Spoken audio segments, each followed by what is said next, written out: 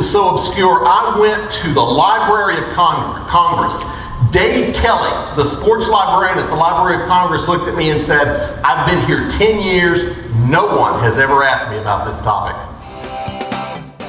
We're pleased to have back in the studio tonight a familiar face, Harry Hall, to talk about one of the most popular sports of the 70s, the 1870s. Pleased to have you in to talk a little bit about a sport that I'd never heard of until I read an email that you sent me, but turned out to be one of the more popular sports of the late 1800s in the United States, professional women's walking. How did you find out about this? You've covered Olympic trials, you've covered Michael Johnson. How'd you find out about the sport of women's walking?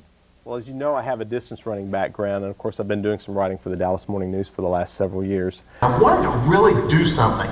So I looked around and I said, okay, I wanted to do something involving amateur athletics.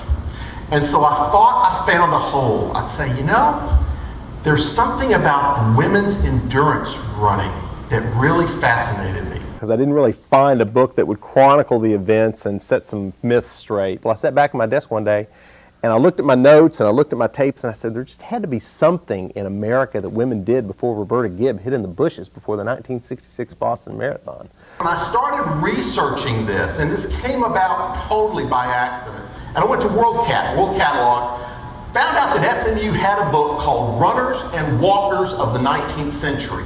With nothing else to go on, I drove to SMU, sat down in the Fondren Library, found the book, and just started turning pages.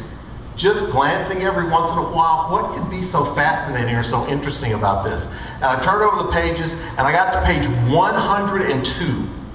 And about 2/3 way down that first column, it actually said, in January of 1879, Madam Anderson walked 2,700 quarter miles in 2,700 quarter hours. Now I'm pretty numerically challenged, but I could figure out pretty quickly that you can only do 96 of those in a day. So I said, you had to walk. She walked a month. She went a month, walked a quarter mile every 15 minutes for a month. And they had back issues of the New York Times, so I just started filtering through it, and this story was covered every day. The peak of it was January of 1879. They had a world championship in April of 1879 at Gilmore's Garden, now known as Madison Square Garden, and that was won by Bertha von Berg of Holland. And this is all taking place in the 1870s, and basically not a lot of sports around. We think back, certainly the professional sports in baseball and football, long before then. Baseball was just getting started, so there really wasn't much going on, and these women were superstars. They probably names as well known across the country as they are today in a lot of different sports.